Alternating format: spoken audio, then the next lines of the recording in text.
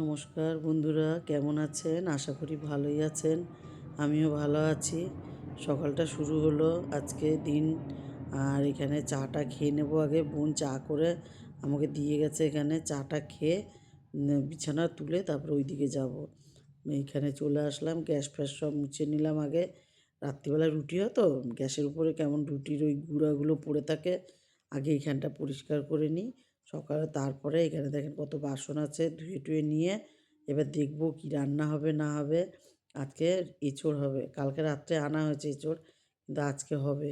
এই এঁচোড়টাকে আগে পরিষ্কার করতে হবে। তা ভাবছি আগে ওই পাশের গ্রিলটা একটু পরিষ্কার করে আসি, তারপরে এঁচোড়টা কাটবো। কেননা শুধু এঁচোড় কাটলে তো হবে না, এঁচোড় কাটতে হবে, আলু কাটতে হবে, পেঁয়াজ রসুন আদা সবই কাটতে হবে ওটা করতে গেলে। বোনকে বাজারে পাঠিয়েছিলাম চিংড়ি মাছের জন্য। বললো দিদি, বাজারে যেয়ে ফোন করছে, দিদি বড় বড় চিংড়ি নেবো। আমি বললাম না, নিতে হবে না। এঁচোড়ের সাথে বড় বড় চিংড়ি ভালো লাগবে না, ছোটো ছোটোই ভালো লাগে। ভালো লাগবে না কি, আমাদের পয়সার জন্য বলি ছোটো ছোটোই ভালো লাগবে। তাহলে আনতে হবে না। আর বলছিল ভেটকি মাছের কাঁটা, ওটা আমি খাই না। আর ওর জন্য বললো যে না থাক, আনতে হবে না কিছু। তাহলে এঁচোড়টা করি আর বেগুন ভাজবো। আর কালকের একটু তরকারি আছে। এঁচোড় এঁচোড়টা করার সময় একটু হাতে তেল মেখে নিয়েছিলাম কাটার সময়। যে একটা তো গানই আছে, কাঁঠালের আঠা লাগলে ছাড়ে না। ওর জন্য একটু তেলটা মাখিয়ে নিয়েছিলাম যাতে আঠাটা না লাগে। আর এখানে এবারে বসাবো এঁচোড়টা। আগে হালকা করে একটু আলুটা ভেজে, তারপর এটা ভাজা হচ্ছে না ঠিক, এটা সাঁতলানো হচ্ছে। একটু নুন আর হলুদ দিয়ে সাঁতলে রাখবো, তারপরে মশলাটা করে দেবো।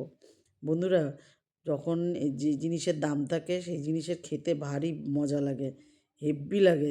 যেভাবেই রান্না করুন না কেন, এটা তো পেঁয়াজ রসুন দিয়ে করবোই, চিংড়ি মাছ পাইনি যখন। আর একটু নুন হলুদ দিয়ে সাঁতলেও নিচ্ছি এখানে। এখন এঁচোড় পটল এগুলো খুব ভালো লাগবে। একটা ছোট্ট ফুলকপি বন্ধুরা 60 টাকা 70 টাকা দিয়ে কিনে এনে খেয়েছি।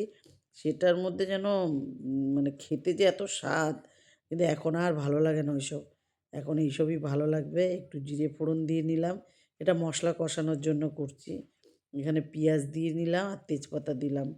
আর দেখেন বন্ধুরা, আজকে না ওই ছোটো বাটিটাতে মশলা করেছি। দেখেন এই বাটিতে না অল্প একটু মশলা করতে সুবিধা হয়। মানে করেও রেখেছি, এটা পরে দেবো একটু পেঁয়াজটা ভাজা হলে। আর এখানে দেখেন সাতলিয়ে রেখে দিয়েছি এখানে। তাই বলছিলাম যে কী রান্না করব কী রান্না করব। তা ডাল আর করব না, কালকের ফুলকপির তরকারি একটু রয়েছে বলে ডাল করলে আবার বেশি হয়ে যাবে, কেননা রাত্রিবেলা রুটি খাই তো আমরা। আর এঁচোড়টা ঢেলেও দিলাম। এবারে এই করতে করতে এঁচোড়টা করেও নেব।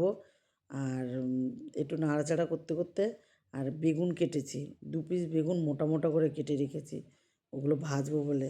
এখন আর বেগুন না গরম গরম না ভাজলে ভাল লাগে না। আর বেশ মোটা মোটা করে কেটেছি কিন্তু।